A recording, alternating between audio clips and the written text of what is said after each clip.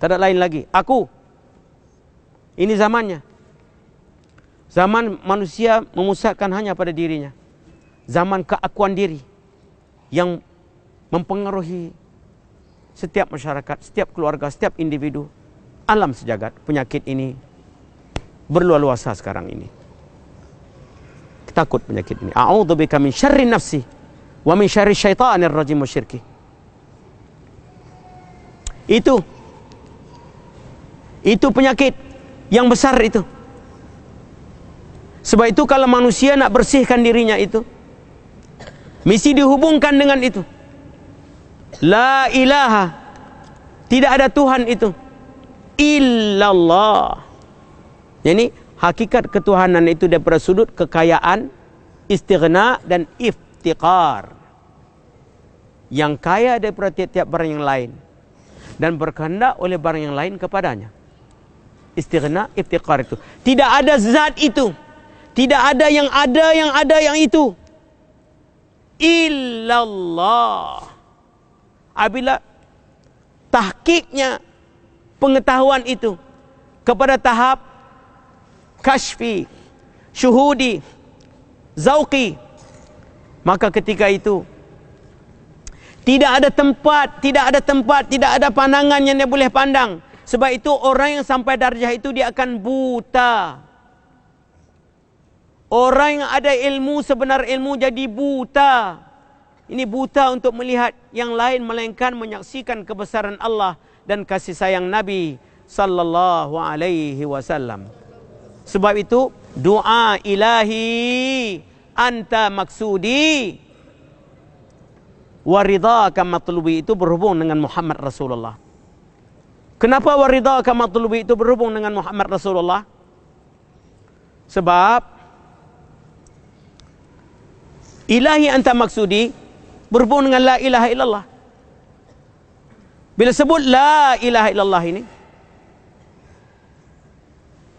apa saja yang berlaku, si kecil ujung sana, si besar ujung sana, apa saja yang berlaku itu, baik pun yang berlaku itu yang baik atau yang jahat, yang khair atau yang syar, semuanya tidak boleh terlepas dengan qudratullah. Ini la ilaha illallah. Satu mukmin tidak bertanya, tidak menyoal si dia itu, dia mencuri barang orang itu atau dia menginayai orang itu, adakah penginayaan itu atau pencurian itu daripada Allah? Orang mukmin tak tanya soalan itu. Orang mukmin tanya, adakah perbuatan yang jahat itu diredai oleh Allah?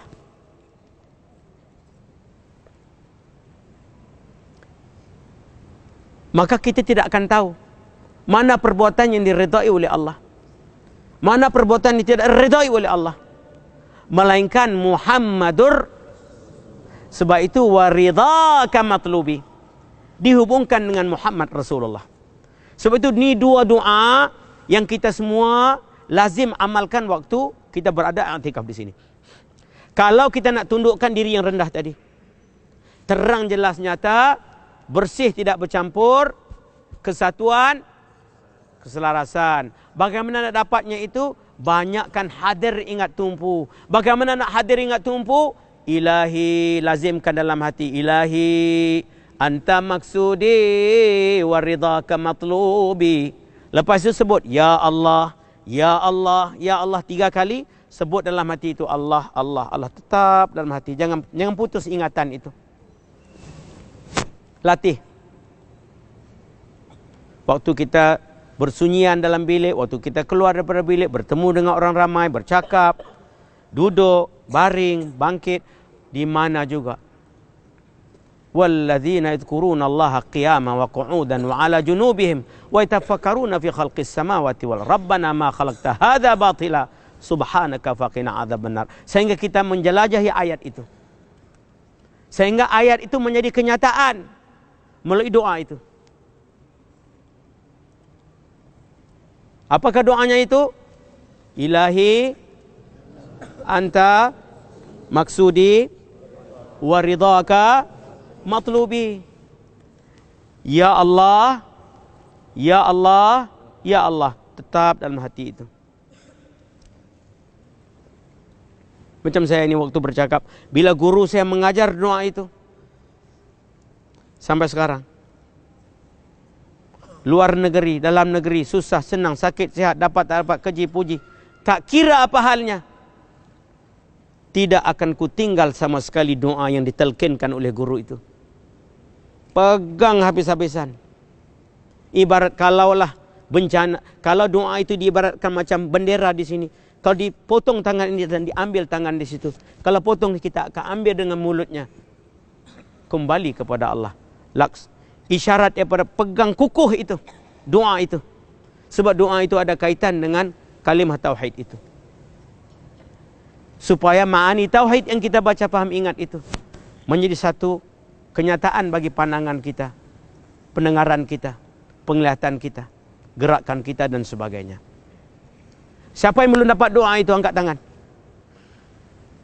Semua dah dapat. Siapa yang belum dapat lagi amalkan sungguh-sungguh dalam hatinya itu angkat tangan.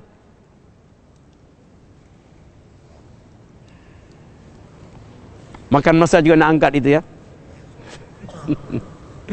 Ya, tapi sekurang-kurangnya kita sedar diri kita. Tidak mengapa, kita manusia ini kita sedang berusaha. Jangan putus asa. Sekadar mana yang kita dapat, yang kita mampu, buat. Jangan tidak buat langsung. Buat selagi mana kita boleh. Kalau kita tidak paham, tanya orang yang mengetahui, sehingga kita dapat sungguh. Sebelum kita kembali kepada alam baqa, peluang kita masih di sini, bersungguh-sungguh kita untuk buat itu. Amin ya rabbal alamin. Siapa yang ada soal? What's the time now? Anybody time? Huh? Oh, we're close now. Yes? Baik, kita sudah dekat. InsyaAllah kita bersurai, wuduk, selesaikan diri untuk kita berzikir di sana. Bila sebut zikir, nampak di dalam apa berbunyi? Alamak, leceh lah zikir lagi pula. Jaga itu suara di dalam itu. Ya, itu suara pengkhianat alam itu. Jangan dengar suara yang khianat alam itu. Dengar suara amanah alam. Dalam diri manusia ada dua suara itu. Satu suara khain, yang khianah. Satu yang amanah. Ya, mesti kita kenal pasti itu. Furqan itu, farakkan duanya itu. Dan latih diri kita gitu dengan banyakkan zikir sehingga jadi mesra dengan kita. Amin ya rabbal alamin. Al-Fatihah.